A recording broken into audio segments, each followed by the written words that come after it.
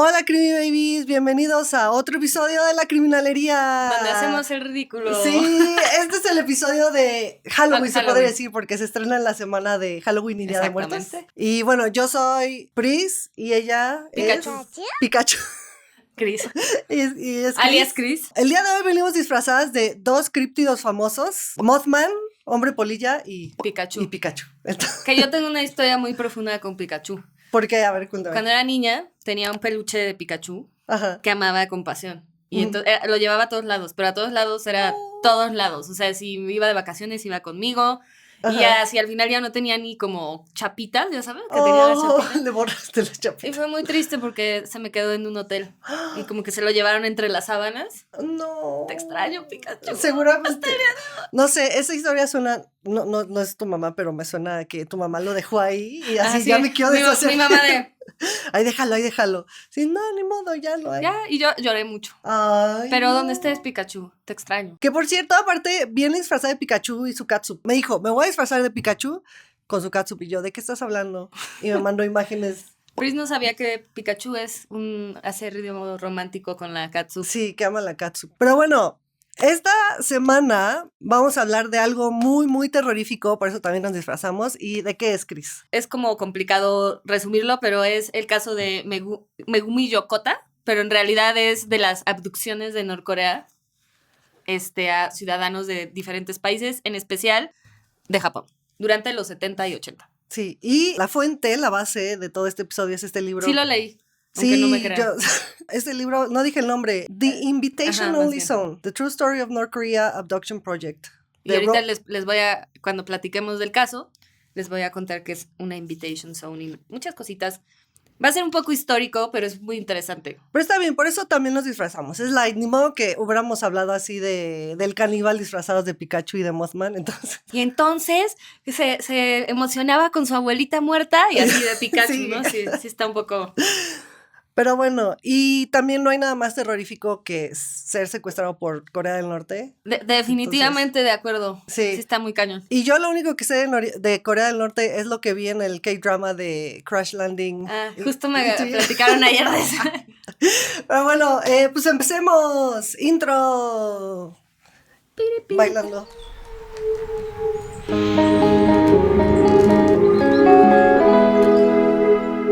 Este caso lo vamos a llevar de la mano de Megumi Yokota porque fue el caso más famoso. Pero ella nunca dio ni dará la información pertinente. Entonces, durante este camino vamos a encontrarnos con otras personas que sí han contado cómo fue, cómo vivir esto, ¿no? Okay. Justo le decía a Pris que tenía mucha como nervio de cómo hilar este guión, pero creo que lo logré.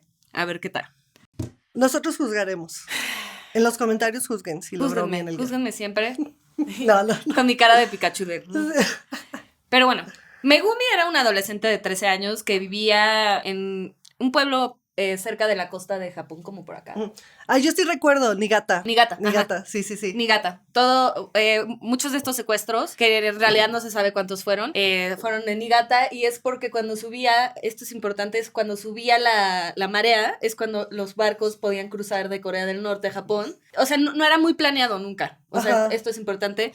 Entonces subía la marea y los barcos como que llegaban y algunos eran planeados, pero en muchos casos era pues la gente que estaba ahí o como los perfiles que ellos necesitaban. Pero, perdona mi ignorancia, pero ¿qué tiene que ver que suba la marea? Que pues o sea, cuando sube la marea, por el tipo de rocosidad que hay abajo, no pueden pasar los barcos, pero cuando sube pues ya no pega el barco con lo que hay abajo. Se van. Megumi era una niña normal de 13 años, adolescente, que le gustaba, no sé, el anime, el manga. Tenía unos hermanos gemelos. ¿Qué año fue esto? Esto fue en 1977. No. Iba a decir que seguro le gustaba Nana, pero todavía no existía Nana. No sé qué le gustaba. Le gustaba el badminton, al parecer. Y pues su familia era normal, o sea, era una familia de clase media alta, supongo, en Japón en los 70, en la posguerra, donde ya como que Japón quería como rehabilitarse ante el mundo, tenía como una relación muy estrecha con Estados Unidos y ya había como establecido relación con Corea del Sur. Eso sí, también, ¿no? O sea, como que era una época de como mucha paz. De conciliación. De conciliación, paz, y como que estaban como rehabilitándose tanto socialmente como ante el mundo, ¿no? Su papá trabajaba en un banco, en el Banco de Japón, y vivían en Niigata muy felices y todo. Y entonces, el 15 de noviembre de 1977, Megumi fue secuestrada a menos de 100 metros de su casa. Ella sale a las 6 de la tarde de su práctica de badminton con 2 de sus amiguitas y pues van caminando a su casa y como a 3 cuadras de la casa se separan. O sea, como que ya nos vemos mañana, no sé qué. Y es lo último que se supo de ella. No se supo más de ella y la mamá se preocupó mucho porque Megumi era muy puntual y a las 7 no llegaba. A las 7 de la noche no había llegado, entonces le empezaron a llamar como a los policías y los policías la empezaron a buscar, pero pues nunca llegó, ¿no? Es muy triste como que este caso porque creo que al final, hasta el día de hoy, los papás de Megumi siguen como muy clavados con qué pasó, ¿no? Claro. Y claramente, ¿no? Sí. Y lo que pasó después de esto, pues, en cuanto a la familia, empezaron a establecer como hotlines, como que la mamá la iba a buscar todos los días como a las estaciones de tren, a las estaciones de autobús. Una parte que es muy triste que dice que un día van a un museo y como que ven un cuadro de una chava y dicen, es Megumi. Así se vería Megumi en sus 20, ¿no? Y van y buscan al artista y el artista les dice, no, pues es mi amiga, no sé, Chona. Chona la amiga, ¿no? No sé. Sí, y no era Megumi. No era Megumi, ¿no? Y como que se hizo un caso muy mediático porque era una niña de 13 años, porque los papás fueron como muy proactivos en su búsqueda y porque como que empezó a haber estos rumores también de que esto estaba pasando, ¿no? De que de repente gente estaba desapareciendo de la nada y era como de, pues no, nadie sabe nada, como que los gobiernos medio sabían, pero como que nadie quería rascarle realmente a la situación. Pregunta, para el punto en el que ella fue secuestrada, entonces ya había pasado cosas pero no se estaba tomando en serio, ¿eran como muy aislados? Eran como aislados, pero eran en esta región. Y nadie como que así, como que hilaba, ¿no? O sea, como que era de, pues mi hijo desapareció. Y ya. Y era como de, lo reportaban y todo, pero no, como que nadie se había sentado como a hilar qué es lo que estaba pasando, ¿no? Y porque esto fue como el inicio. O sea, en estas temporadas, o sea, como del 70 al 83, más o menos, es donde más secuestros hubo. Y nadie sabe realmente cuántas fueron ni nada. Entonces, bueno, pero eso más adelante lo vamos a contar.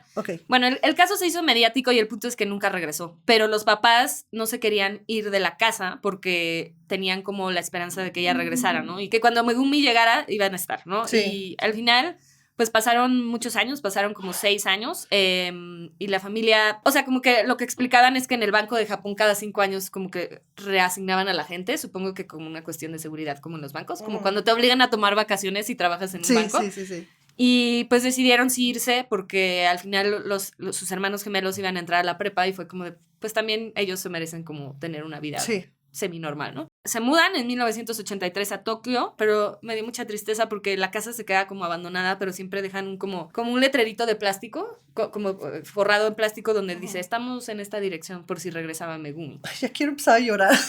Pero pues Megumi nunca regresa. Antes de contarles qué pasó con Megumi, porque sí se sabe, pero no se sabe, ya sabes, como que está como sketchy. Sí. Les voy a contar el contexto. Y como les dije, este es un episodio un poco histórico en cuanto a... Creo que es muy importante entender como la situación entre estas dos naciones para entender por qué lo hacían. Porque nunca nadie va a dar una respuesta, porque hasta que Corea del Norte no abra sus puertas a los extranjeros y a... Bueno, ni siquiera a los extranjeros, a la información. Al mundo, básicamente. Sí, no se va a saber. Pero bueno, a mí me impresionó mucho porque... El libro está muy interesante porque sí abarca desde... Desde 1853. O sea, ya es como... sí se fue muy para atrás. Justo decía en sus notas del final, le decía como el ultimate como trabajo periodístico, porque no solo es hablar de las abducciones, sino que tiene que haber un contexto. Ajá. Entonces, básicamente empieza cuando Japón abre sus fronteras, ¿no? Porque yo no sabía esto, pero pues Japón era un poco como aislado, era como muy individualista en el aspecto de que pues tenían su cultura y ellos eran ellos, ¿no? Y estaban ahí, y si han visto, no sé, Shogun o Blue Eyed Samurai, no dejaban entrar muy fácilmente a como extranjeros. Yo tengo la historia sobre eso porque yo no sabía por qué, pero me lo explicaron que Japón estuvo 200 años aislado del mundo por los cristianos. Ajá, ¿sabes? Es que, sale ¿no en Shonen, es otra cosa. En Shogun hablan de eso, pero justo por la invasión de portugueses cristianos que los querían, es que iba a decir colonizar, pero ¿cómo se llama eso que van los cristianos a...? Sí, los querían convertir. Sí, pero es que tiene una palabra, pero bueno, pónganlo en los comentarios, se me olvidó la palabra. La vamos a googlear y va a salir aquí la palabra. Sí. Evangelizar. Gracias. Atrás, producción ya nos dijo evangelizar. Como buenos cristianos querían evangelizar y pues los japoneses como que abrieron las puertas súper buen pedo y todo eso, pero cuando se dieron cuenta de eso dijeron, no más, váyanse a la chingada, los mataron y fue que cerraron como sus borders por 200 años. Y en 1853, cuando ya Estados Unidos... nuestros amigos Estados Unidos empezaban a tener relevancia a nivel como global, llegó o sea, como que lo voy a contar como leve, ¿no? Porque tampoco me voy a clavar en nombres pero llegó un barquito así como las costas de Japón, armadísimo, y fue así como de, si tú no abres las puertas, pues vamos a llegar con bastantes más barquitos de estos, a ver qué prefieres. Estados Unidos siendo Estados Unidos. Exactamente. O sea... Y entonces, pues lo que sucedió, sí, fue que Japón abrió sus puertas. Y no solo eso, como que se empezó a occidentalizar. O sea, ¿a qué me refiero? Empezaron a armar vías de tren iguales a las que se encuentran en este lado del mundo. Empezaron a armar sistemas educativos más similares a Europa y América. Y eso abrió la puerta a que entrara mucha gente y empezar a cuestionarse cosas. ¿A qué me refiero con esto? Se empezaron a cuestionar de dónde venían ellos, o sea, los japoneses, como raza, ¿no? Y hablan mucho en el libro de como el racismo y que es como raro porque no tienen... O sea, no es que unos sean afroamericanos y otros sean orientales y otros sean blancos y otros... O sea, no, todos son similares en cuanto a color de piel. Entonces, el racismo viene de otra cuestión. Viene de una cuestión de como superioridad moral y superioridad como social, ¿no? Por decirlo así. Pero bueno, cuando empezaron a armar estas universidades, trajeron a mucha gente europea y gringa, y estadounidense, perdón, a armar como programas educativos. Y esas personas empezaron como a investigar. Y no recuerdo si era gringo o inglés, pero empieza como a investigar cuál es la relación de Japón con Corea. Entonces, básicamente lo que acaban concluyendo, y esto fue como muy fuerte para el movimiento después de colonización que hicieron, es que Corea y Japón son lo mismo, o sea, uno viene del otro o el otro viene, o sea, ¿sabes? Como que están conectados. Y esa fue la excusa que utilizó Japón para colonizar. Yo sabía eso. Sí, yo sabía eso. Okay. Entre muchas cosas, obviamente, pero es como que me pareció interesante esto que postula el libro y no sé si sea realmente lo más así, pero sí, o sea, como que es una teoría no confirmada que nos... Pues es como una teoría que tiene sentido en mi cabeza, porque fue así como de que... Sí, porque, bueno, creo que hablamos en el episodio de Neves Fernández sobre la colonización de Japón, pero ya más avanzada. Sí. Y lo primero que colonizó Japón fue Corea y en Pachinko, vamos a hablar de Pachinko, hablan como mucho de eso, empieza la historia justo en una Corea colonizada por Japón. Ajá. Y yo no tenía ni idea de cómo fue. Y lo que pasó ahí, como que es también muy interesante, porque siempre que hablamos de colonización es muy violento. Fue muy violento, pero no violento de que matan y llegan y destrozan, ¿no? Pero aquí fue gradual, o sea, como que nunca llegaron con armas o así a colonizar. El problema ahí es que Corea, pues era mucho más pobre que Japón. Entonces, como que Japón empezó a utilizar como ese poder como monetario y social que tenía y se empezó a meter poco a poco y se empezó como a meter al gobierno y empezó a como... comprar propiedades de coreanos ricos. Como que se empezaron a meter ahí como un virus, ¿no? Y eventualmente... pues Corea se hizo un protectorado de Japón. Y fíjate que hoy en día, que lo comenté en uno de los episodios, de ahí viene como ese sentimiento anticoreano, porque ellos ven a los coreanos hasta el día de hoy para abajo, como que nosotros les fuimos a llevar, progreso, ustedes vivían en chozas y lo siguen viendo a los coreanos así. Sí, justo, ¿sabes? Sí. Así es un poco así. Y aquí también siento que, o sea, no sé, fue como esta cuestión de estamos recuperando lo que es nuestro, porque esta división de como de países, pues es irreal, ¿no? Porque al final tú y yo somos uno mismo, pero tú eres inferior porque pues estás aquí. Y entonces, bueno, aquí dice, en 1905 Corea se hace un protectorado de Japón y en 1910 Japón se anexa a Corea. O sea, ya fue como una... Ahí de anexado. Y pues ahí ya empieza como a haber todas estas cuestiones de que empiezan como a haber migraciones donde coreanos van a Japón y japoneses van a Corea como... Pero es diferente, porque los coreanos que van a Japón buscan como sobrevivir. Sí. Y los japoneses que van a Corea, pues van a colonizar, sí, ¿no? Van a quitar propiedades, van a... Y aquí empieza todo eso que ya habíamos platicado en otros episodios de esta temporada, que empieza a ver como estas cuestiones de se llevan a coreanos a campos de trabajo, se llevan a coreanas como esclavas sexuales, y aquí es donde sí es muy violento. O sea, cuando me refiero a que no hubo violencia fue como entraron muy japonesmente, como, yo siento así como de, hola, mira, aquí yo creo que podrías hacer esto para mejor, así, ¿no? O sea, como que fueron súper sly, ¿no? Así como de que se fueron metiendo. Y creo que pues aquí empieza como esta relación tan compleja de odio-amor entre Japón y Corea, que hasta el día de hoy sigue siendo algo real. O sea, decía en el libro, este libro lo publicaron en 2016, y sí habla mucho de, sobre todo al final, como que habla mucho, como que sus conclusiones, él se fue 13 años a hacer toda esta investigación. Órale. Y sí decía como de, un poco como lo que le pasa a la familia de Pachinko, que es como de no son ni de aquí ni de allá, y como que ya no son japoneses suficiente, porque obviamente pasaron 20 años en Corea del Norte, pero a la vez no son coreanos porque pues no, o sea, es como de, pues no, son japoneses. Y hablan mucho como de cómo son muy diferentes los coreanos y los japoneses. A pesar de que son como culturas que deberían estar muy conectadas, son muy diferentes, ¿no? Hablaba de cómo los japoneses son muy contenidos y las emociones son muy contenidas, y los coreanos son mucho más expresivos, ¿no? Y como que tienen maneras de expresar sus emociones de manera distinta. Sí, de hecho, los japoneses, eso es una de las cosas que critican de los coreanos, que son muy emocionales, que son muy salvajes. Exacto, porque no se pueden contener las emociones, ¿sabes? Ajá, le preguntaba a gente de Japón y siempre era como que había como este comentario medio despectivo a Corea, ¿no? Entonces creo que es algo que sigue vigente y es algo importante, o sea, como dentro del contexto de esta historia, porque es como para entender qué compleja es la relación y como, no sé, a mí me impresionó. Yo sabía poco, la verdad, sí sabía a grandes rasgos que no se caían muy bien y que había habido problemas, ¿no? Sí, no tengo que hablar de Corea con Japón y no tengo que hablar de Japón con Corea, pero... Exacto. Así pasaron muchos años y luego llegó la Segunda Guerra Mundial.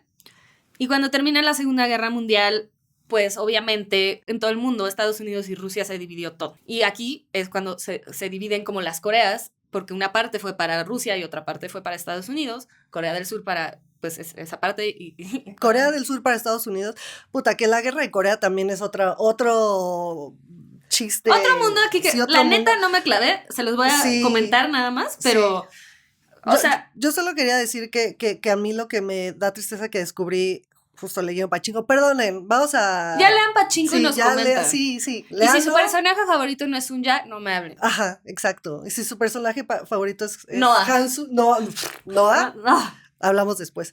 No, pero es me parece que después de la colonización japonesa, hasta el día de hoy siento que Corea no es suya de sí misma, ¿sabes? Y esa es una de las cosas que me atormenta mucho. Todas las noches, sí, no puedes dormir. Voy a acostarme y es que Corea no es Corea, los coreanos no son coreanos. Es que creo que es como muy fuerte porque, o sea...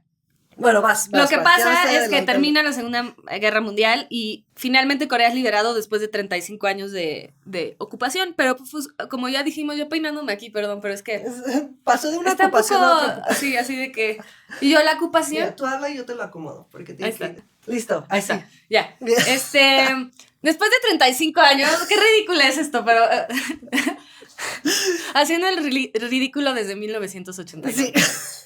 Está bien. Va a ir para el Patreon eso. Exacto, sí. Cuando acaba la Segunda Guerra Mundial, Corea pues se independiza, más bien de que le quitan a Japón el poder y se divide, como ya dije. Sí. Y hay como pues empieza a pasar esta cuestión de que empiezan a haber como movimientos políticos que dividen más a la nación. Pero es muy triste porque pasa un poco como con el muro de Berlín. Sí. Que si unos estaban en un lado ya nunca vieron a los del otro. O sea, sí, está cabrón. Fue como de repente desperté y ya está del otro lado y ya está en Norcorea. Exactamente. ¿No? Y Corea del Sur tenía, pues no sé si la ventaja, supongo que ahorita sí, o sea, como a la retrospectiva, sí tuvo la ventaja porque ellos podían todavía ir y venir y demás, ¿no? O sea, si tenías un pasaporte o no sé, tenías negocios en Japón porque whatever, podías hacerlo.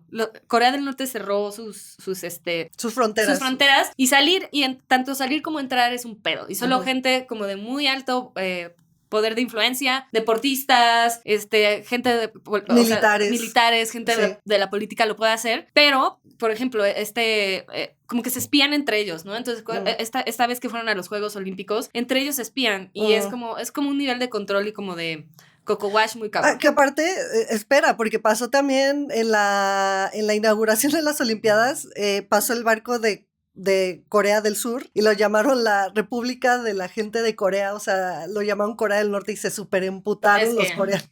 Pues es que... Fue un dramón. Ay, Dios mío. Sí. En este como contexto muy, muy caliente, por decirlo de una manera, como que ya se empiezan a salir las influencias externas porque obviamente pasa el tiempo y pues ya, Estados Unidos se va a hacer a la guerra a otro país y ya le valió Japón, ¿no? Sí. Y Corea les valió. Lo que siempre hacen, llegan, desestabilizan y bueno, ya me voy, bye. Chido, bye. Ahí los dejo. Y lo que empieza a hacer es que Corea del Norte, pues obviamente se alía con China y Rusia, que tienen como esta misma ideología política. Es un momento donde el comunismo es muy, muy fuerte y están bien enhuevados estos güeyes, así como de nosotros podemos con todo, ¿no? Sí. Y lo que acaba pasando es que Corea del Norte apoyada, esta es la guerra de Corea, por cierto, que duró de 1950 a 1953, y bueno, apoyada por China y la Unión Soviética, y Corea del Sur apoyada por la ONU, y Estados Unidos entra en un conflicto, pero aquí los culeros, perdón por la palabra, fueron los del norte, porque empezaron como a invadir el sur.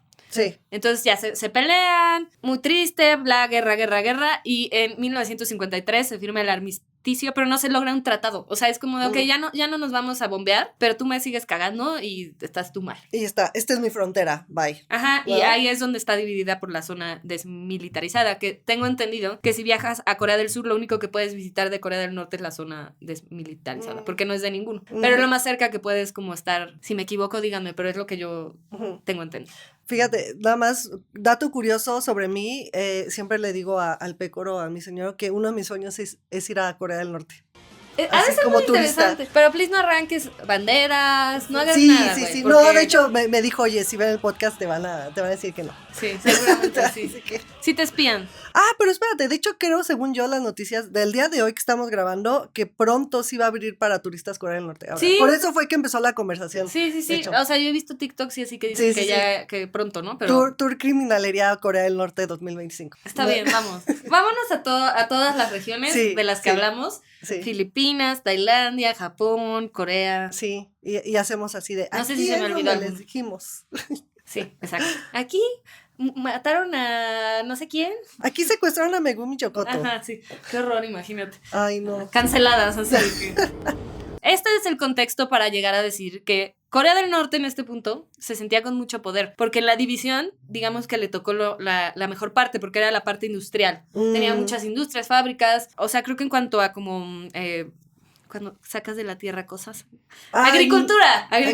No, pero minería y agricultura. Ajá, en la agricultura no tenían muchas tierras, pero bueno, o sea, como que tenían a Rusia y a China que como que les... Que en ese entonces era la Unión Soviética y era una potencia fuerte. Ajá, la Unión Soviética era muy fuerte. Sí. El punto es que se sentían con los huevos, pero hasta, o sea, como que eran de nosotros, vamos a ser la nación, la nación prima de este mundo, y todos nos la van a pelar así. Esa era su actitud, ¿no?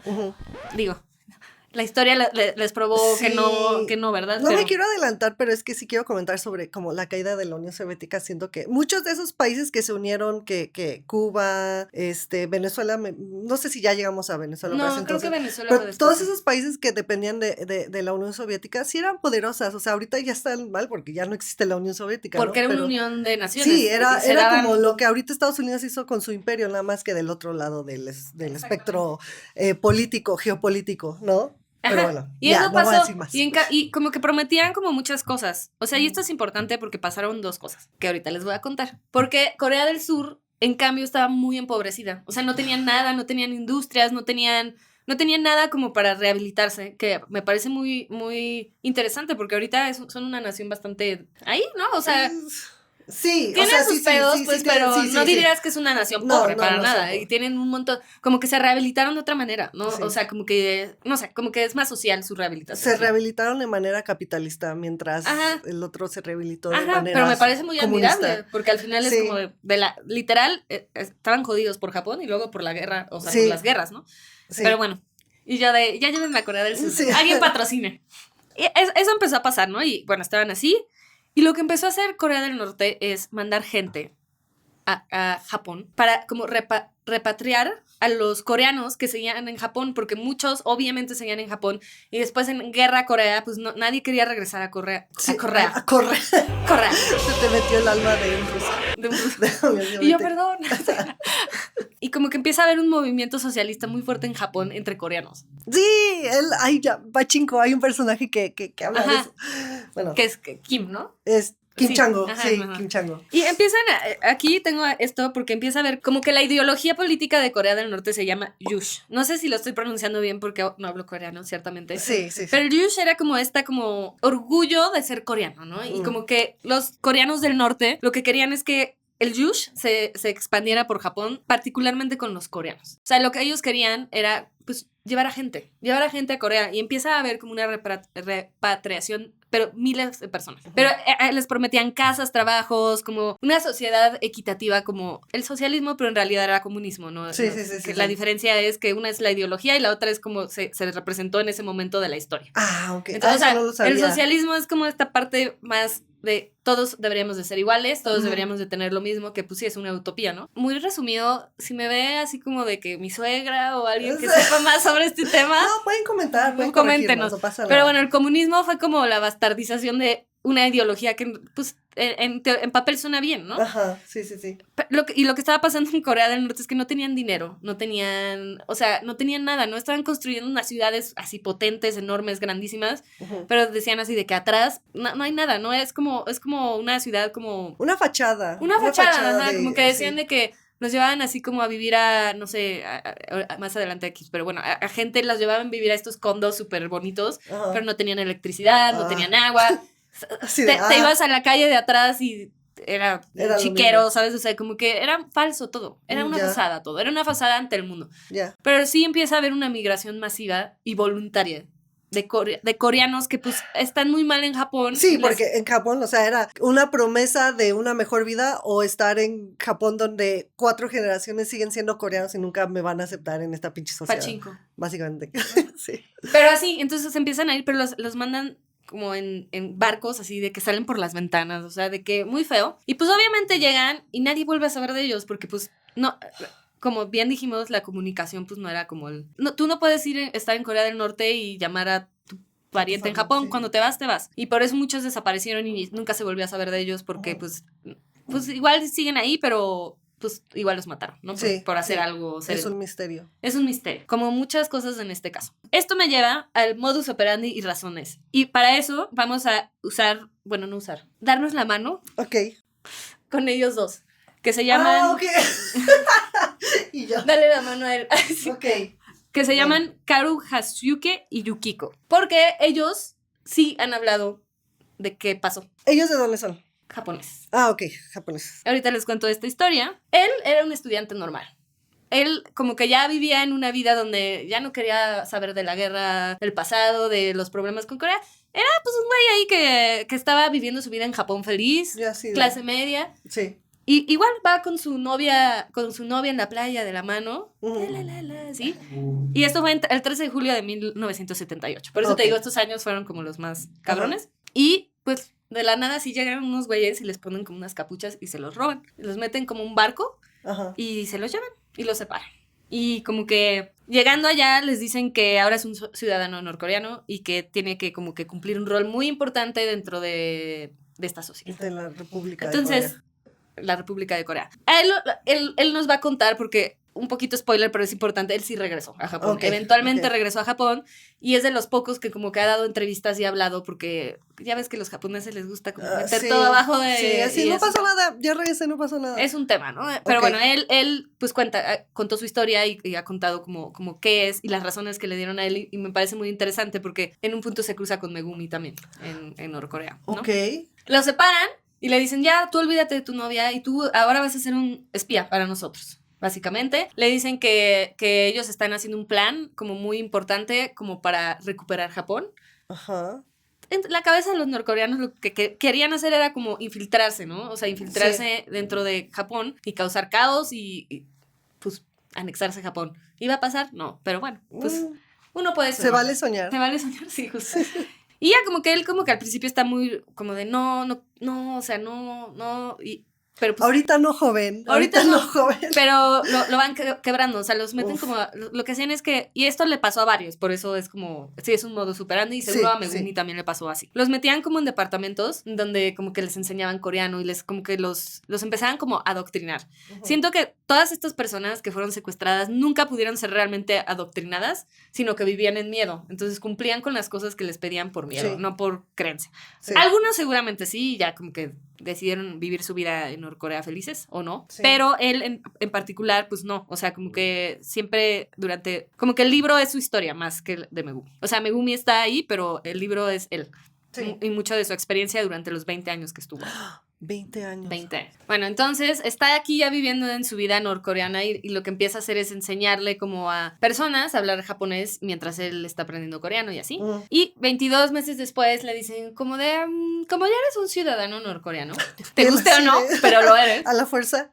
¿Qué te parecería casarte? Y pues el de, güey, no mames, pues yo quería a mi novia. O sea, como que sí eran steady, ya sabes, no era de que llevaban un mes. O sea, está raro. ¿Qué pensarías si te decimos que te puedes casar con tu novia? Y entonces 22 meses después de que lo secuestran, le regresan a la novia. A Yukiko. Ajá.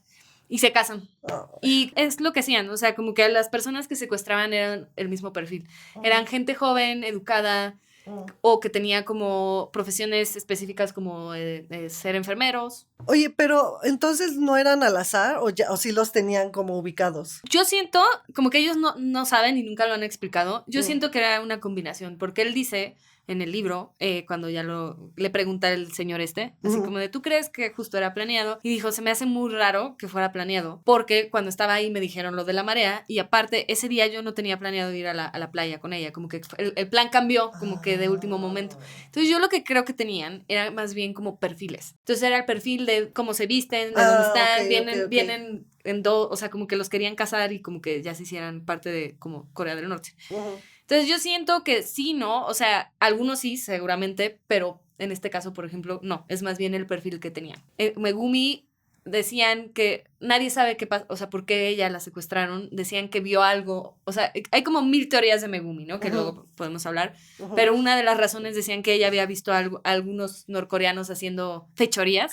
Sí, me acuerdo de eso. Y que por eso la habían secuestrado, pero pues yo igual y digo, era una mujer joven, como educada, de buena familia. Sí. Y supongo que ahí, por ejemplo, en el caso de Megumi era un barrio, si fue a 3 cuadras de su casa, han de haber estado en un barrio bonito, ¿no? Como de era, Japón, pues era un barrio bonito y estaba cerca de la costa, mil cosas, ¿no? 22 meses después le regresan a la novia, se casan y aquí los mandan a la The Invitation Only Zone, la zona de invitación, que básicamente eran como espacios enormes de tierra donde había casas y solo podías entrar si te invitaban.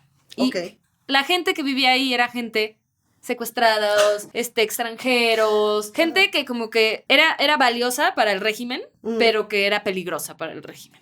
En el aspecto de que, pues sí, obviamente, pues estos güeyes vivieron en Japón toda su vida y la gente que los rodeaba vivieron en Japón toda su vida y no querían que como que contaminaran las mentes de las otras personas. Entonces los tenían como aislados.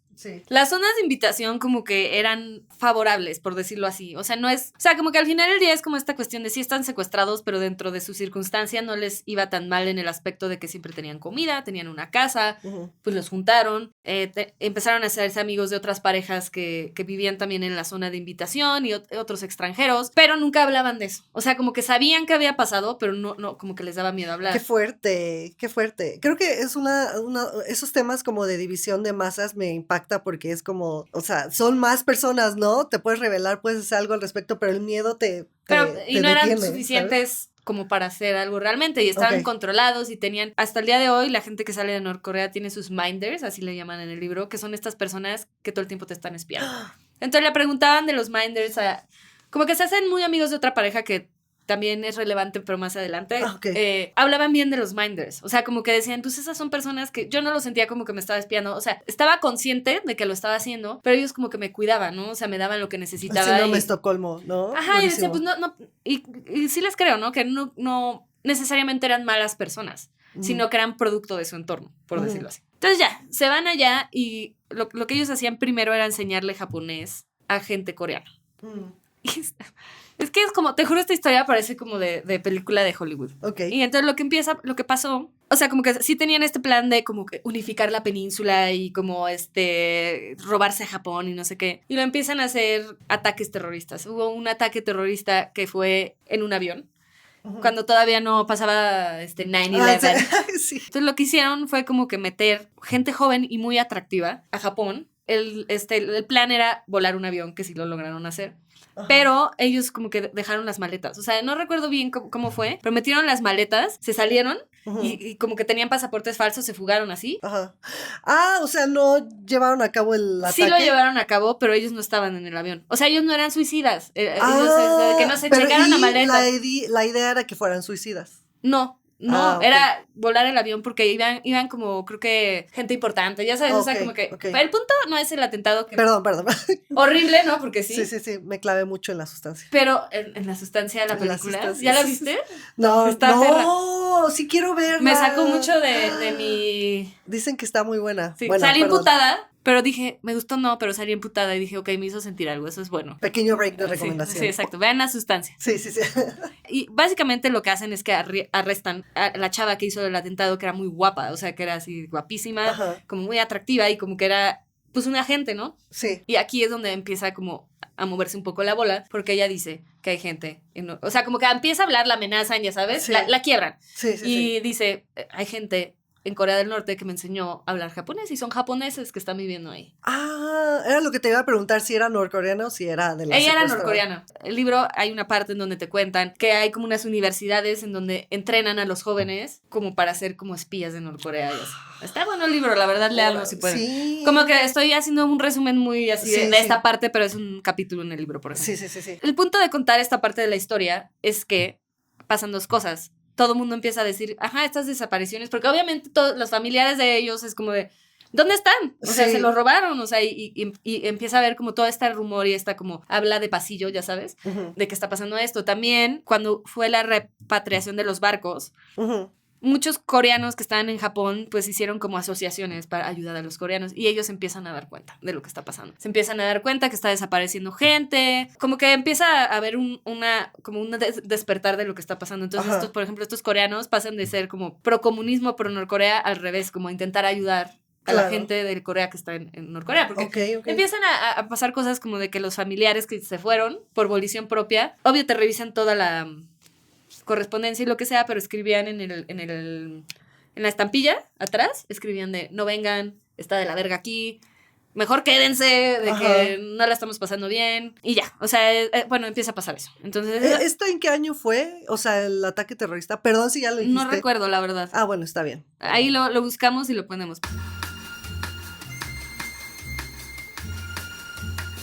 Toda esta historia, esta parte ya de las abducciones, pasa entre como el 77 y el 2001-2. Ok. Entonces es un periodo largo, pero, o sea, como que fue gradual. Y siento que en parte como que, la verdad, como que no querían como abrir esa puerta. O sea, como que la relación estaba muy fragmentada entre Corea del Norte y Japón, entre Corea del Norte y el Sur, y como que siento que era como de, ay, pues son unos chavitos ahí que medio... Esa es mi impresión, ¿eh? No digo que así fue, pero... Y mientras todos los secuestrados, güey, y todo... Ay, no, qué horror. Sí, para esto, pues, nuestros protagonistas actuales están enseñando japonés, y pasa todo esto, y Corea del Norte se da cuenta que la cagó y dice, no, pues no, ya. Pero ya están acá. O sea, ya están acá, ¿qué hacemos con ellos? Pero a ver, entonces, pasa el atentado y Norcorea se da cuenta que la cagaron. Pues como que empieza a haber sospechas de que hay japoneses ahí como secuestrados. Y esta chava dice todo esto. O sea, sí. Todo el plan.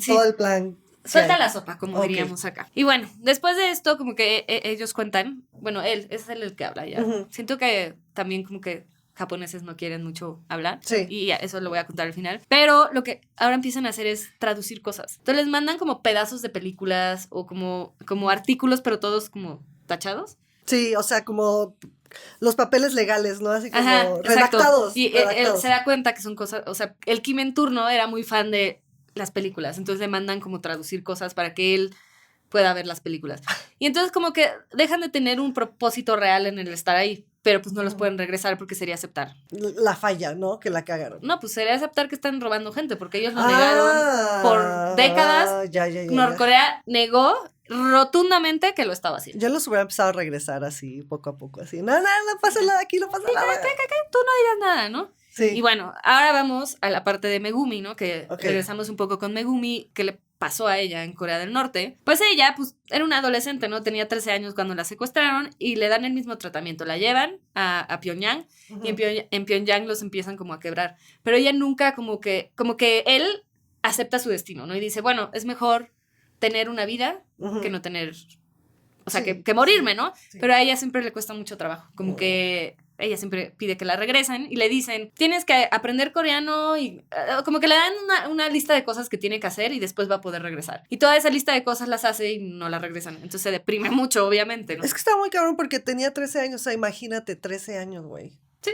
13 años. Y pues al igual que todas las personas secuestradas, no queda muy clara la razón por la que la eligieron a ella, pero pues ahí está.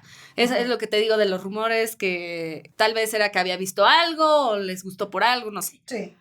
Pues, o sea, ella empieza como a saltar como de lugar en lugar porque no se puede ajustar. Entonces, como que no ha acabado ni siquiera la escuela, como que le está costando mucho aprender coreano. Entonces, en Pyongyang la ponen con una chava que le enseña como japonés y, o sea, le enseña más bien todo lo de la escuela. O sea, como que la sigue educando y luego la mandan a la zona de invitación a vivir con la otra pareja.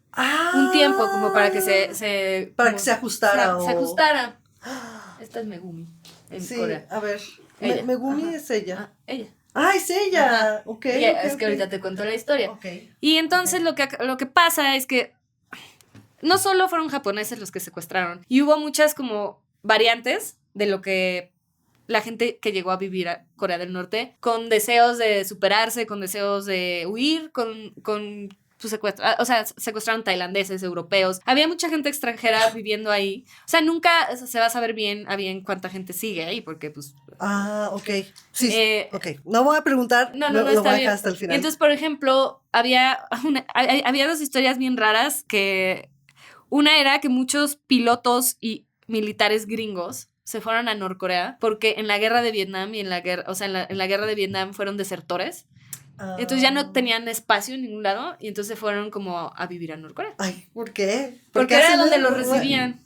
Ok. Y entonces, por ejemplo, muchos se casaron y tuvieron familias y eran recibidos ahí como héroes, porque es como de, estos gringos, o sea, eran como el ejemplo. Sí. Estos gringos se quieren venir a vivir aquí porque les vamos a dar mejor vida que la que tienen de donde vengan, ¿no? Y muchos, obviamente, eran como personas muy problemáticas, que tenían como historiales de violencia sexual y cosas así, ¿no? Otros no, otros nada más no querían estar en la guerra y así, pero...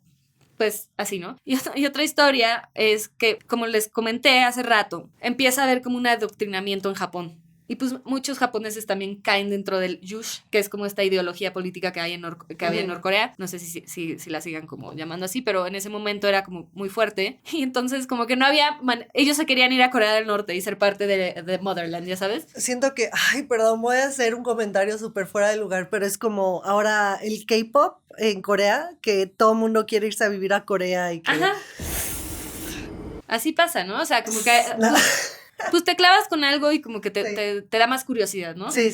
Una cosa es el K-pop y que por eso te quieras ir a Corea, y otra que la ideología política comunista del Yush. ¿no? Te lleve a un lugar que tal vez te van a matar. Sí. Uno es inofensivo. Y entonces lo que pasa es que son unos estudiantes que se quieren ir a vivir a Corea del Norte, pero no tienen cómo llegar, literal. Entonces secuestran un avión. Como por días. Creo que es de ese caso. Sí, por días secuestran el avión. Sí. Pero los que estaban adentro del avión era como de, me caen súper. O sea, son personas lindas, inteligentes, solo están como haciendo esto para...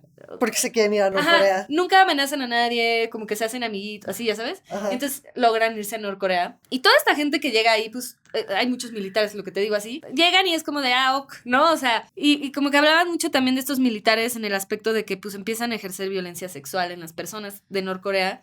¿Y qué hace Norcorea? Pues les voy a buscar esposas. Entonces van, de hecho Megumi decían que tal vez fue por eso, como que secuestraban novias. Y entonces los emparejaban, ya sabes, como que los emparejaban y los casaban como para que no fueran violentos, como que era su solución. Patriarcado. El patriarcado, otra vez. El punto es que mucha gente llegó a Norcorea de diversas razones. muy pocos por volición propia, pero pues eso, ¿no? Y bueno, esto lo cuento porque, pues eso, Megumi como que empieza a saltar entre casas y entre lugares y cae por azares del destino en la zona de invitación, y ahí se conocen, y por eso como que ahí se conecta la historia, ¿no? Se conocen, y como que hablan mucho de Megumi, que era muy como depresiva, y que nunca estaba bien, y que siempre era muy callada. ¿Por qué será? Ay, no sé, ya saben, las mujeres son muy, muy emocionales. Pero me pareció muy triste, porque, o sea, cuando le contaban esto a la mamá de Megumi, pues ella dice, no, mi hija era muy feliz siempre, era muy ruidosa, era muy como, como alegre. Sí. Y como que siento que esa pobre señora también me da una pena, porque es como de, nunca se ha desaferrado a que su hija sigue viva, ¿no? O que sigue existiendo en Norcorea. Y es muy triste porque lo que empieza a pasar como paralelamente en Japón es que los papás de Megumi, aunque se mudaron y como que siguieron adelante con su vida, nunca dejaron de insistir que la habían secuestrado. Y empiezan como, pues, ya sabes, como que grupos de apoyo, o sea, como que se empiezan a encontrar entre ellos y dicen, sí, pues mi hijo esto le pasó y a mi hija y así, ¿no? Y es tanto la insistencia que en el 97 sí, Norcorea finalmente acepta que secuestró a muy poca gente, que sí pasó, y que era un programa que tenía, o sea, que el Kim en turno dice, es un programa que teníamos, pero ni yo sabía de él. Ay. Y cuando me enteré lo dejamos de hacer, ¿no? O sea, como que se empiezan a encubrir así. ¿Programa de qué? O sea, un programa de pues, intercambio. Sí. No, era un programa involuntario. Era el programa, o sea, sí lo aceptan que era como un programa de espías y así. Yeah. Pero que cuando él se enteró lo terminó. Además bien te caparon, pendejo. O sea, de qué hablas, ¿no? Hey. Regresando a Megumi, pues en un punto de su historia conoce a un chico que es de Corea del Sur, que también secuestraron. Razones no conocidas. De él se sabe muy poco. En realidad como que intenté buscar más de él y no hay nada porque pues no sé. Y se casaron, son ellos. Los dos se casaron. Toda la gente que conoció a Megumi dice que la única dicha que tuvo es su hija. Tuvo una hija en 1987, 10 años después de que la secuestraron. Y a los 23 entonces. A los 23, sí, muy joven. Muy joven, pero bueno, fue su única dicha. Y la historia es muy triste porque lo que dijo Corea del Norte es que Megumi entró y salió muchas veces de como psiquiátricos, y que en uno de ellos se suicidó. Entonces lo último ¿Corea del Norte dijo eso? Es que ahorita va la parte de la historia, pero como para cerrar un poco a Megumi como personaje en esta historia, pues lo último que se sabe de ella es que falleció y se suicidó. Como que no pudo, pues yo sí creo eso, la verdad. No, sí, claro, o sea, tiene todo el sentido del mundo, ¿sabes? O sea, yo no creo que siga viva. O sea, entiendo como la aferración de los papás, pero yo no creo que siga viva. O sea, hasta el día de hoy, 2024, los papás siguen peleando y siguen pensando que ella está viva. Ok.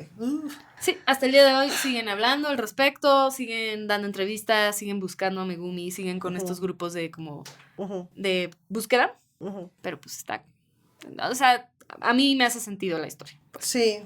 ¿Qué pasó después y por qué se sabe esto de Megumi? Pasó lo de la chava esta del avión que metió las maletas con las bombas, y aquí se hacían pendejos los norcoreanos. Era de, no, nosotros no. ¿De qué estás hablando? Y se hacían los ofendidos. Esto me pareció así de que, gran movida, se hacían los ofendidos. Y decían, ¿cómo te atreves tú a decir que yo secuestro a gente? Si tú secuestraste por décadas a mis... que es verdad, ¿no? Pero lo usaron como... Sí, se me hace súper bajo. Pero no estamos hablando de eso. Es como cuando Kevin Spacey dijo que era gay. Sí, esperaba que todo el mundo lo perdonara así por abusar sexualmente. ¿Por qué abusaste sexualmente de tantos hombres? Hola, soy gay. Literal. Sí, no. Entonces así estaban ofendidos. Y aquí entra un hombre que es como un hombre entra al cuarto. Un hombre entra al cuarto. ¿Quién salvó a un hombre? Ay, sí, no más. Son bien pendejos todos, en realidad. En esta historia todos es como de, son estúpidos, de verdad. Pero bueno, entra este güey que es como un ministro de extranjería, por decirlo así, y él maneja, como que toda su carrera la llevó a Corea. Como que él, siento que su corazón estaba en Japón. En Japón. En Japón, ok. Su corazón estaba en el lugar correcto. Pero cuando empiezan a salir todas estas noticias y con esta chava de la terrorista dice... sí hay secuestrados, pues Japón empieza a presionar mucho, porque obviamente los papás de este güey, los papás de ella, o sea, todo el mundo empieza como de que... O sea, ya empezaron a hilar todo y es como de güey. Se empiezan a hacer como más investigaciones y como que se empiezan a descubrir que pues hay mucha gente que ha desaparecido de circunstancias extrañas, fuertes, que nunca se va a saber si desaparecieron porque se ahogaron en el mar o porque los alguien secuestraron. Los mató o porque está en Norcorea. Este güey como que dice... se tiene que hacer algo. Y también hay un cambio de gobierno de ambos lugares. Entonces entra el Kim en turno de ese momento y en Japón entra un primer ministro que es el que te enseñé, que se llama Koizumi. Algo así. No sé cómo se pronuncia. Vamos a enseñar la imagen. Sí. Entonces la foto que te enseñé, entra ese como ministro japonés y él como que lo que quería era limpiar la imagen de Japón en general, que estaba como muy ensuciada después de la Guerra Mundial y después de la Guerra de Corea. Y después de todo lo que hicieron en Asia. Exacto.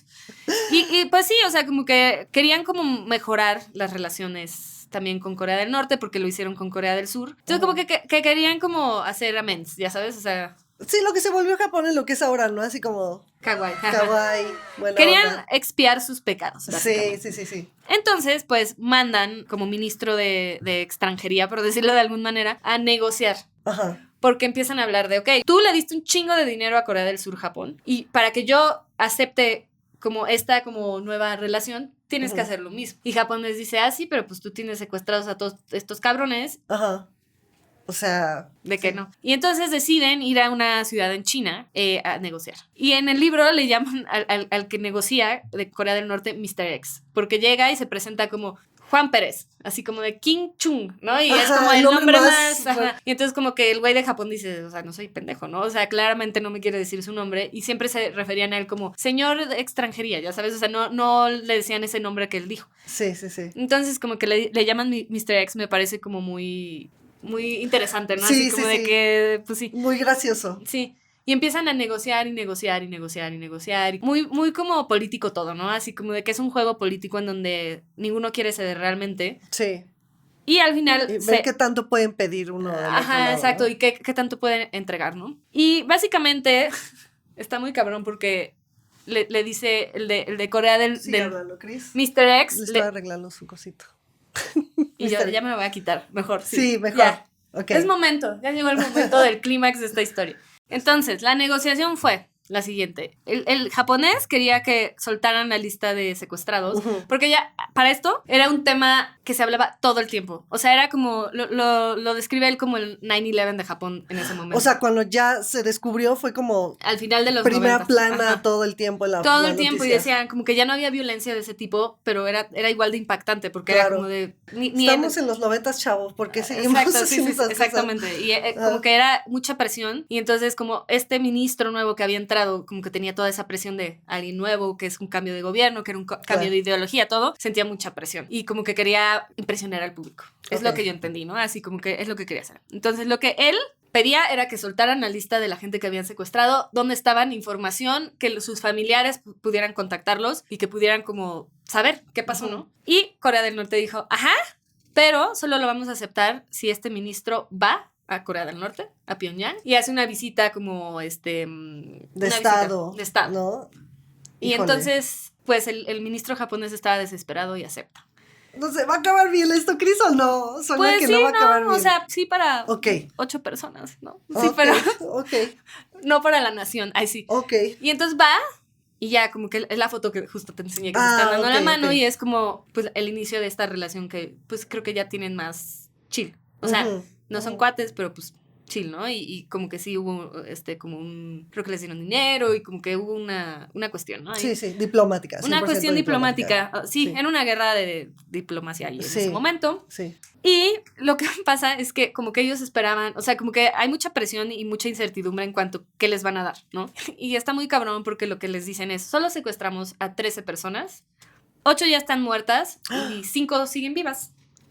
Ajá. Y pues como que les dan información, pero como muy sketchy, porque todo, por ejemplo, los certificados de defunción son todos del mismo día, en el mismo hospital, cosas como accidentes que se ahogaron, y no dudo que algunos sí sean, pero lo hicieron como muy sketchy. Entonces Japón quedó como pendejo un poco, porque es como de... Pero es que, bueno, o sea, la verdad, ¿qué haces en esa situación? La verdad, para mí Corea suena como pinches desleales, o sea, si fuera una persona, es una persona increíblemente desleal, mentirosa, que no puedes confiar. Como muy como escurridizo. Sí, como una serpiente, como Charles Orange. Y como que Japón está así de, güey, ¿qué onda? Y se pelearon ahí como que de, no mames, que esto es lo que me entregas. Y como parte del acuerdo era que el Kim en turno pidiera perdón. Pide perdón y cuenta lo que ya les dije de que era que él no sabía. Que él no sabía. Las investigaciones que se hicieron en Japón de la gente que tiene estas como asociaciones donde buscan a los perdidos, arroja que un estimado es de 250 personas las que secuestraron. Y hay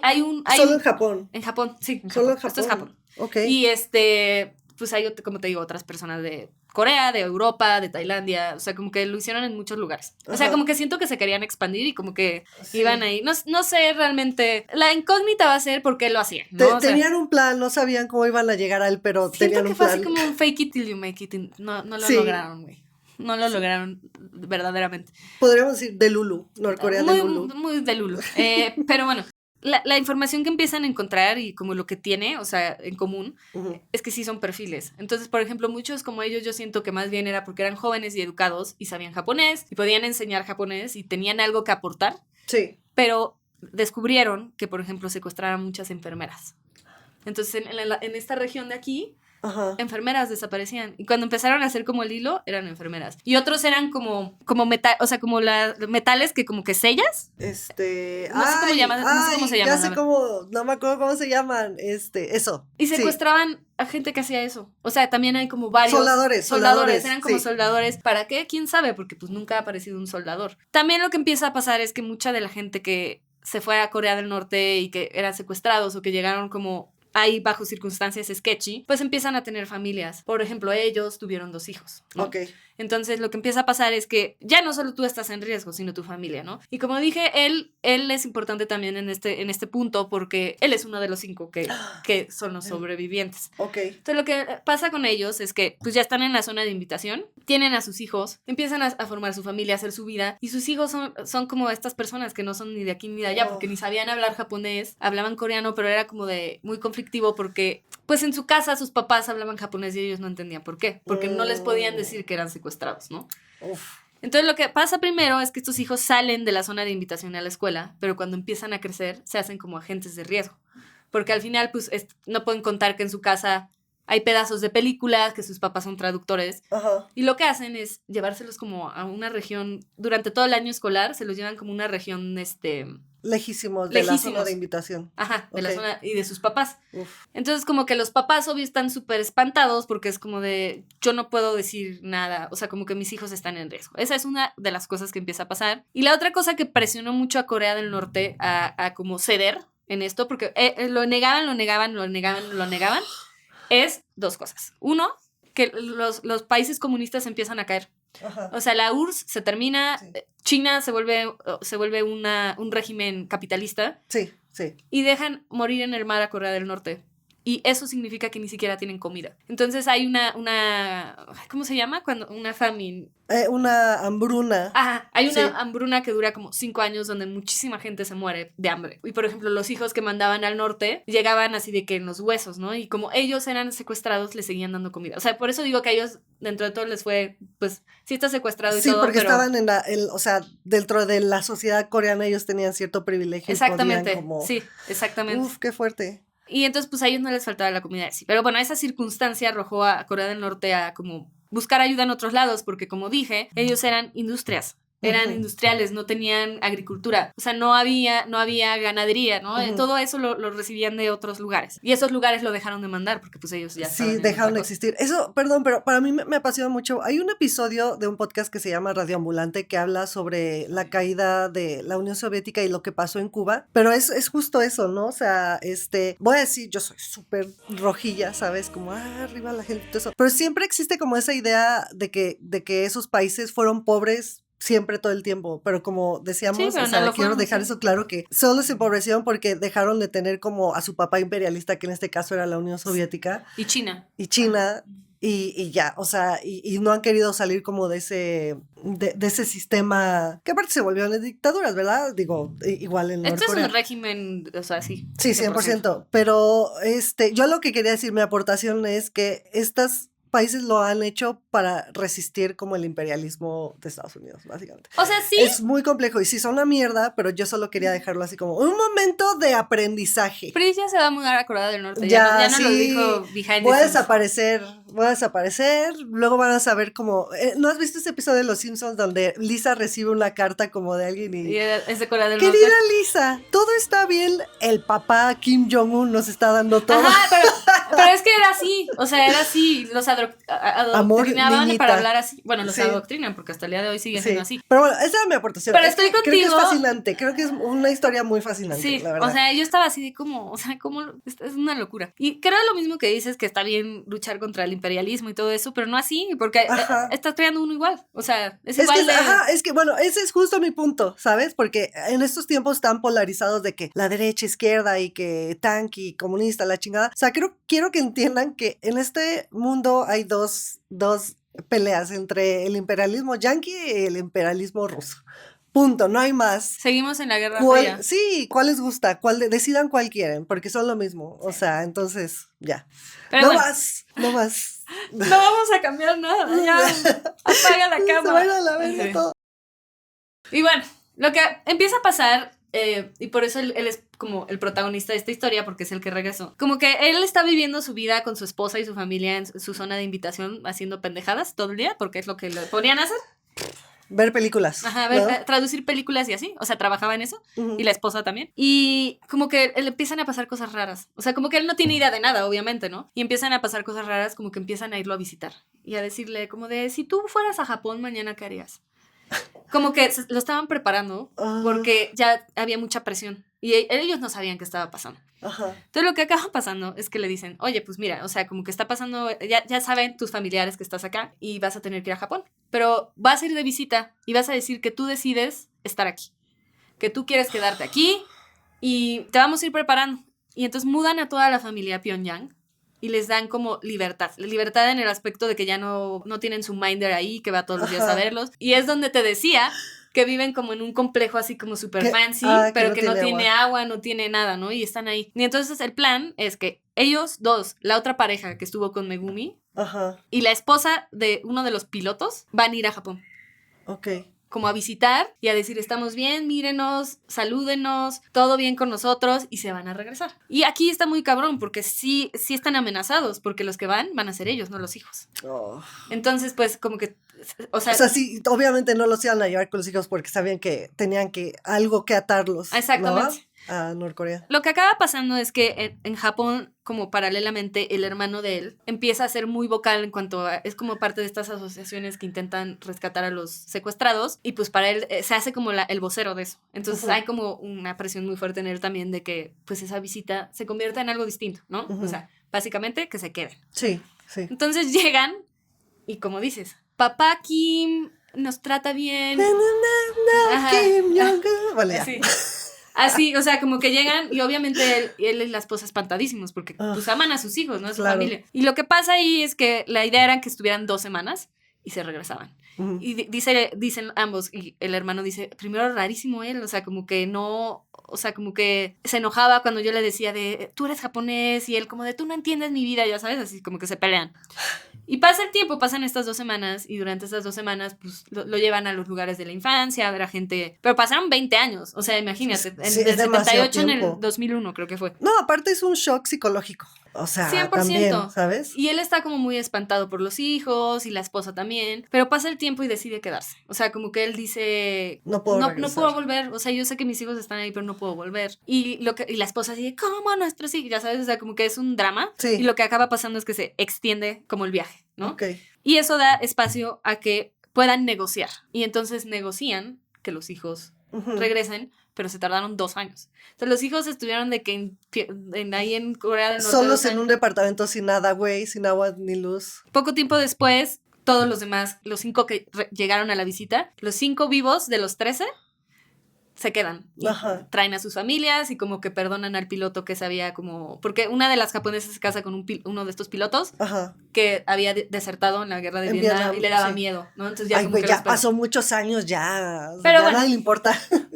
O sea, solo ellos tuvieron como finales felices, por decirlo así, pero yo creo que ya también estás como muy disasociado, porque al final los hijos de ellos, ¿qué no? O sea, como que hablan de los hijos y es como de, pues como que crecieron en un ambiente en donde no hacías muchas preguntas, entonces no preguntaban mucho, entendieron qué pasó, y uno vive en Corea del Sur y el otro, ya sabes, o sea, como que, no sé, como que no siento que es una historia feliz, ¿no? Sí, no, porque al final rompen una familia y luego, digo, lo que hablamos, que la cultura japonesa es muy dura con los extranjeros y aunque seas de papás japoneses y naciste en otro lugar, nunca te van a considerar como un japonés, ¿sabes? Y él mismo se siente así, porque es como de, ok, soy japonés, pero pasé toda mi adultez en Corea y él, o sea, traduce coreano. O sea, su trabajo es ese, ¿no? Pero él... ¿Qué pasó de traducir películas japonesas al coreano a traducir? Al revés, sí. Al revés. Pero él como que, ¿sabes? Ya pues vive su vida en Japón y de hecho como que hubo mucho conflicto porque los que no regresaron más bien le tienen mucha tirria a los que regresaron. Entonces empezó a haber un conflicto ahí y estas asociaciones que fueron las que negociaron y como que estuvieron al tanto de que ellos regresaran, estuvieran bien, tuvieran a su familia, así, les prohibieron hablar. Entonces, si tú como prensa querías entrevistarlos, tenías que pasar por la asociación primero y no les podías preguntar nada realmente. O sea, el güey lo entrevistó, pero por sus labores de traducción. Y entonces como que ya metía ahí como preguntas y como que ya este güey se iba como... O sea, ok, para el libro que habló con él, no fue directamente, sino como que le mandaba textos para traducir. Y no, era como de, ay, te quiero entrevistar, pero por tus labores de traductor. Ok. Entonces, y luego lo empezó a romper y es como de, cuéntame sí, pero poquito y como que de repente se enojaba. Le decía algo así como de, ay, tú en Corea fuiste como feliz en algún... Como que lo rompía, ¿no? A veces, que no se te olvida que a mí me secuestraron y yo estuve ahí así, como que es muy compleja, yo siento la relación que tiene él en particular, ¿no? O sea, como que es el que entrevistan. Sí. Y entre las personas emputadas estaban los papás de Megumi. Claro. Si bien recuerdan, Megumi tuvo una hija. Sí. Que es ella. Ay, voy a llorar. Es la hija de Megumi. Pero, y esa es la abuela. La mamá o sea, de Megumi. Sí se conocieron. Ella insistió y decía que estaba viva. Básicamente no le dijeron, quiero llorar. Ya pinches cállate. Ajá. Conoce a tu nieta, que ya tiene una hija, por cierto. Ajá. Tus cachitas. Ay, en 2014. Sí, pero ¿sabes qué? La nieta se ve muy coreana. Fíjate. Sí, porque el papá es coreano, ¿no? Sí, y pues el esposo de Megumi era coreano también. Sí. Entonces, de él no hablan nada, o sea, él no fue, desapareció un poco. Ok. Y en 2014 se conocen en China. No, no me acuerdo, en otro país, que no es ninguno de los dos. Hace 10 años. Un punto neutro. Ajá. Y dicen que fue muy dramático el encuentro y que lloraron muchísimo. Ay, quiero llorar, les juro que... Ajá, y ella le confirmó la historia de, pues sí, se suicidó mi mamá, pero pues no sabemos porque al final del día se regresó a Corea del Norte y vive en Corea del Norte y no se han vuelto a ver desde entonces. Ya. Y entonces pues así, o sea, ese es el final de la historia de Megumi. Como que siento que también a esta señora le puede dar un poco de cierre haber conocido a su nieta. Sí. Y perdón, pregunta, vamos a enseñar la imagen, pero ¿y el bebé es su bisnieta? Bisnieto, ajá, es hijo de la hija de Megumi. Y pues así, y como que me pareció muy fuerte la historia, porque es como de otra vez, o sea, los inocentes fueron los afectados. Claro, sí. Y los hijos de ese güey nunca van a cargar un trauma como generacional muy cabrón que ni siquiera fue por ellos, ¿no? Sí, no. Y pues esa es la historia de los secuestros de Corea del Norte a Japón. Me quedé con un vacío en el estómago. Sí, está triste, porque además lo más triste para mí es que nunca vamos a saber realmente cuántos fueron, quiénes fueron y qué les pasó. Porque Oye, pues... Antes de las opiniones tengo preguntas. Entonces, ¿todos los que vivían en la zona de invitación se quedaron ahí? ¿Desapareció el lugar? ¿Se sabe algo? Pues no, porque a ellos lo sacaron. Yo siento que sigue ahí. No se sabe mucho al respecto. Yo siento que sigue ahí. A ellos lo sacaron antes de ahí. Pero pues seguramente sí sigue. Hay mucha gente que sigue ahí, hay mucha gente que decidió quedarse, hay mucha gente que también pues ya vivió ahí, hizo su vida ahí, pues yo también siento que ya quisieron. Ay, qué fuerte. Opiniones. Ay, tengo mucho que pensar, Siempre me di cuenta que cuando terminas un episodio, cuando no lo he visto, como que me tardo mucho en digerirlo y es difícil. En particular me enojó mucho porque es como, voy a hablar en mi momento más misándrico, pero es que todo el problema del mundo es causado por hombres.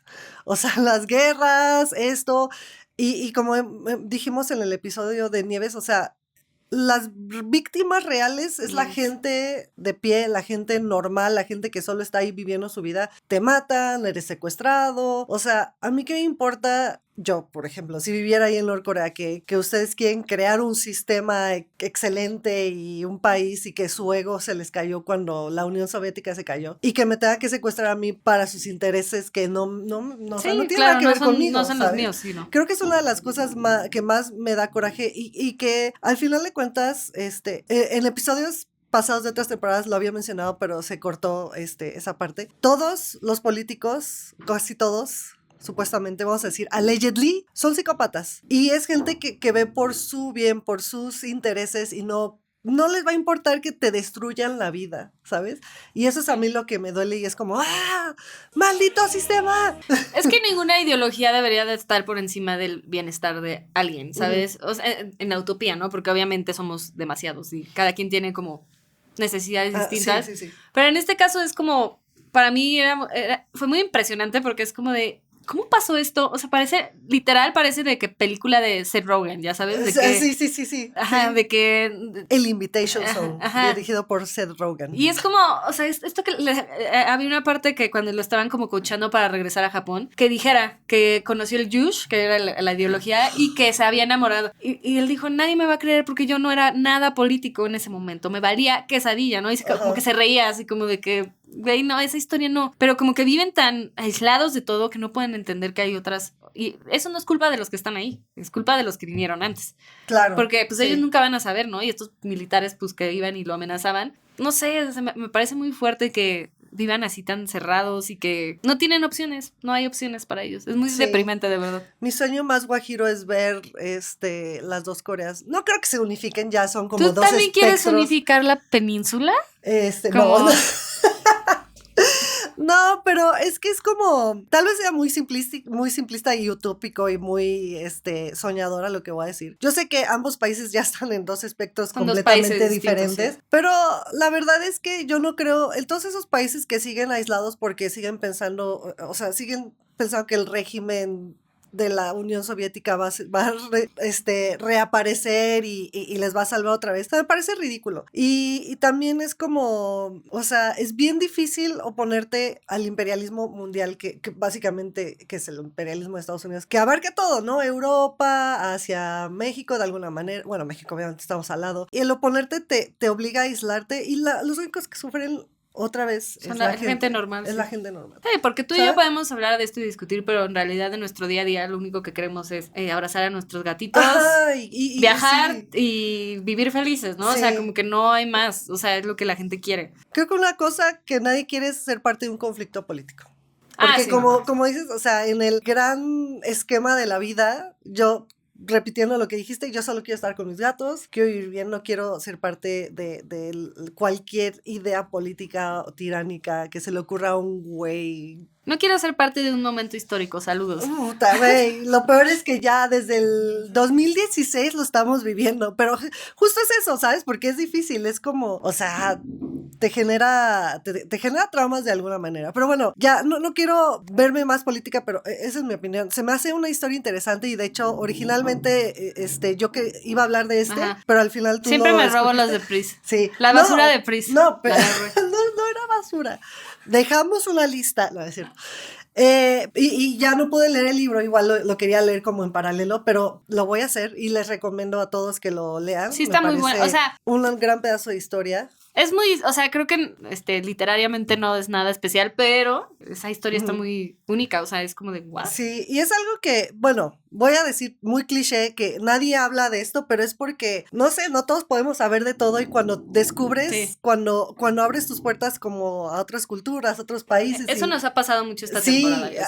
Creo que para mí esta temporada ha sido el shock cultural más fuerte, pero te abre esas puertas y dices, ¿por qué nadie está hablando de esto? ¿O por qué nadie sabe esto, no? No creo que esté en un currículum de la SEP, ¿verdad? Pero es como esa parte de historia que dices, wow, ¿no? A donde te va llevando la vida, ¿no? También, porque es como son cuestiones que igual y de otras maneras no hubieras como Sí. A mí me gusta eso como de, por ejemplo, hablando otra vez de Pachinko, ya nos patrocina, que nos patrocina. Sí. O sea, como que sí te introduce a que te interese algo más. O sea, ¿no? Ajá. Es como de, pero ¿por qué pasó esto? Y como que te empiezas a clavar y sí. te lleva a otras avenidas, ¿no? Sí, y un poco también mi punto, por ejemplo, que he estado ranteando sobre política, es eso, es no quedarse como con la idea que todo mundo habla y escupe como reciclada de que leen en el internet o algo así sobre las cosas, porque todo es muy ambiguo. O sea, nada es blanco y negro, todo está como en un rango de grises y es interesante saber esto como, digo, ahorita fuera en uno de los cortes dije que ya no quería ir a Norcorea. Corte A. Que te llevan con un guía y ya. Hace 20 minutos dije, mi sueño es ir a Norcorea y ahora literal me da terror ir a Norcorea. A mí me da terror, sí creo que Norcorea. Norcorea, los rusos así, llegando. El alma de Vladimir se está metiendo. Pero bueno, a mí me dio mucha tristeza la historia de Megumi, siento que, y la de la mamá, porque siento que nunca lo va a soltar, porque obviamente, pero... Porque es algo, o sea, digo, igual lo vamos a compartir en el Patreon, la criminalidad, pero hay, todavía hasta el día de hoy ella sigue luchando 2024, ¿sí? Ella dice que sigue, que está ella viva. Cree que sigue viva y sigue, y hay como ya sabes, 1000 teorías de conspiración que la verdad yo no compagino con ellas, entonces no las menciono, pero sí. O sea, a mí como una persona totalmente alejada de esa familia me parece muy racional la historia que dicen. Sí, no hay un cuerpo, sí, no hay las pruebas suficientes, pero tiene sentido, era una adolescente cuando la secuestraron, nunca pudo soltar Megumi, te queremos. Sí, pero sí, y pues eso. Pues nada, no tengo vamos más que a dormirnos ya, sí. Sí, todos nos vamos a ir a la cama pensando en el problema de Corea. Nos va a atormentar en la división de las Coreas. Pues bueno, avisos parroquiales. 1.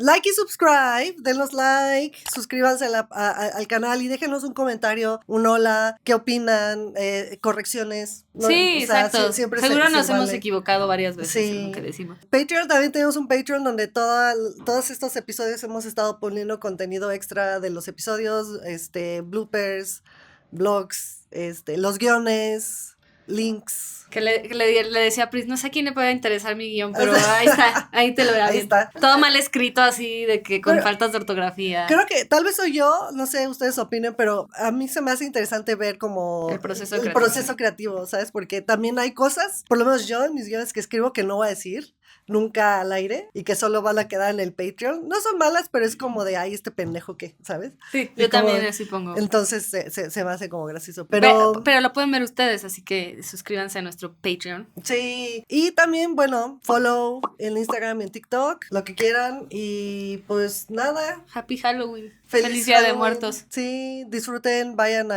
disfrácense, vayan a pedir dulces y espero que Kim Jong-un no los vaya a secuestrar. El Kim en turno. El Kim en turno.